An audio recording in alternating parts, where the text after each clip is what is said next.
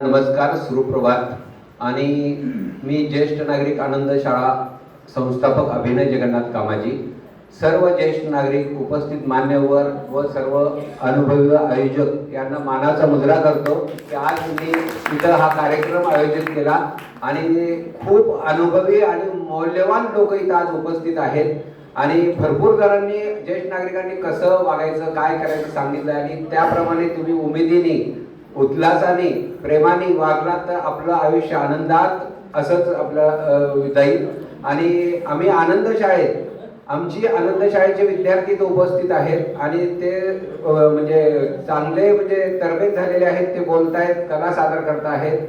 आणि आम्ही आनंद शाळेत दररोज एक गोष्ट सांगत असतो, बोध. आणि तर मग आमच्या विद्यार्थ्यांना ते मिसिंग नको म्हणून आज मी इथंच गोष्ट सांगतो की आनंद शाळेत जी गोष्ट सांगतो ती सांगतो. आता आषाढी एकादशी झालेली आहे आणि सर्व वारकरी आषाढी एकादशीला चालत जात असतात. खूप भक्तिमय वातावरण असतं, खूप अर्पण करावं लागतं, खूप सहन करावं लागतं, तेव्हा ही वारी घडत असते पंढरपूरची. आणि जे वारी करतात त्यांचं आपण निश्चितच विठ्ठल समजून दर्शन घेतलं पाहिजे, कारण ते एवढे सहन करून वारी करून आलेले असतात चालत, ऊन वारा पाऊस तमान बाळगता. मग अशी वारी चालू असती, सगळ्या रस्त्याला खूप गर्दी असती आणि पंढरपूर जवळ आलेलं असतंय. पंढरपूर जवळ आलेलं असतंय आणि पंढरपुरात प्रवेश करणार तेवढ्यातच विठुराया आपलं रूप घेऊन वेशीवर बसलेला असतोय. एक वृद्ध आणि म्हणजे खूप थकलेला म्हणजे विठुराया रूप घेऊन तिथं थांबलेला असतोय, दया वाचना मागत असतोय, तहानलेला असतोय, भुकेलेला असतोय आणि थकलेला असतोय. सगळे वारकरी जात असतात.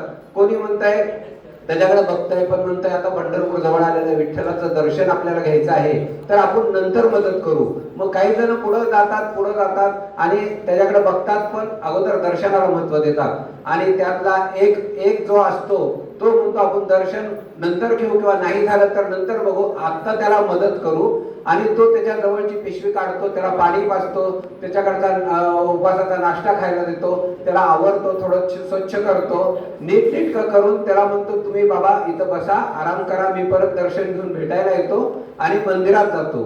दर्शनाची रांग चालू असते, प्रचंड गर्दी असते आणि ज्यावेळेस त्याचा नंबर येतो तेवढ्यात दर्शनाची वेळ संपती की आजचा दर्शनाचा वेळ एकादशीचा संपलेला आहे असं डिक्लेअर करतात. आणि तो थोडा हताश होतो की अरे मी आज मदतीला थांबलो आणि माझं विठ्ठलाचं दर्शन राहिलं. मग तो मनातल्या मनात विठ्ठलाला प्रार्थना करतो की मी तर एक सत्कर्म केलं आणि असं का झालं. तेवढ्यात आतनं आदेश येतो की आज दर्शन 1 तास उशिरापर्यंत चालू ठेवण्यात येणार आहे आणि सर्वांनी दर्शनाला थांबावं. आणि ज्यांनी मदत केलेली असते त्याला पहिल्यांदा सोडलं जातं. आणि तो म्हणतो विठ्ठला, मला तू दर्शन दिलंस आणि मला तू दाखवलास आणि तुझे खूप आभार.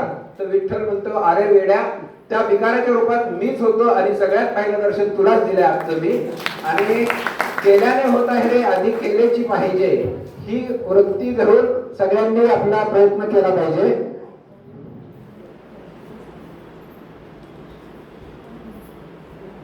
आजचा बोध आहे, वय काही असो, नवीन शिकण्याची आणि नवीन अनुभव घेण्याची तयारी ठेवली तर जीवन नेहमी ताजेतवाने राहते. आजचा सुविचार आहे, धैर्याने टाकलेले एक छोटे पाऊल आयुष्याला नवी दिशा देऊ शकते.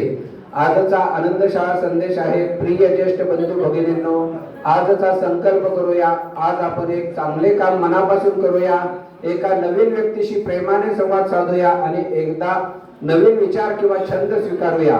आपल्या आयुष्याचा अनुभव हा समाजासाठी अमूल्य ठेवा आहे, तो प्रेमाने वाटूया, कारण वाटलेले ज्ञान, वाटलेले प्रेम आणि वाटलेला आनंद कधीच कमी होत नाही, तो अधिक वाढत जातो.